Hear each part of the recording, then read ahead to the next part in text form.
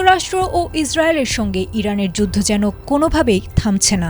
2 দিন আগে ট্রাম্প ইরানকে কঠোর হুঁশিয়ারি দিয়েছিলেন যে এই যুদ্ধে ইরানকে পরাজয় মেনে নিয়ে আত্মসমর্পণ করতে হবে। তবে ট্রাম্পের সেই কথাকে তোয়াক্কা না করে ইরান শক্তিশালী হাইপারসনিক ক্ষেপণাস্ত্র দিয়ে ইসরায়েলের তেল আবিবকে গুঁড়িয়ে দিয়েছে। যুদ্ধের এমন পরিস্থিতিতে ইরানের সবচেয়ে বেশি ক্ষতি হলেও নাকানি চুবানি খাচ্ছে ট্রাম্প ও নেতানিয়াহু। ইরানকে দমাতে ট্রাম্প পারমাণবিক অস্ত্র ছাড়া সবকিছুই ব্যবহার করে ফেলেছে। তারপরও ইরান যুক্তরাষ্ট্র ও ইসরায়েলের চোখে চোখ রেখে যুদ্ধ চালিয়ে যাচ্ছে।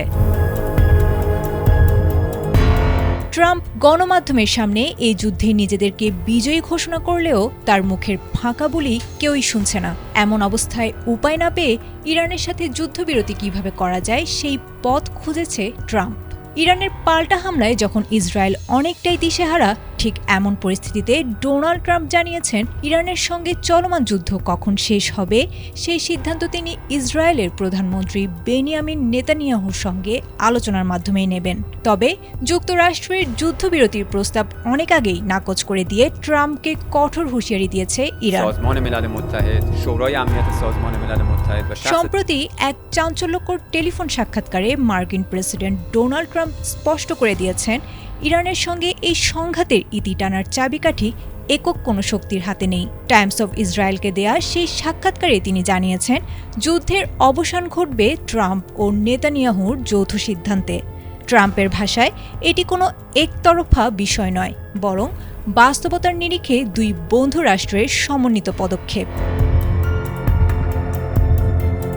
সাক্ষাৎকারে ট্রাম্প দাবি করেছেন ট্রাম্প নেতানিয়াহু জুটি ক্ষমতায় না থাকলে ইরান এতক্ষণে ইসরায়েলকে মানচিত্র থেকে মুছে দিত।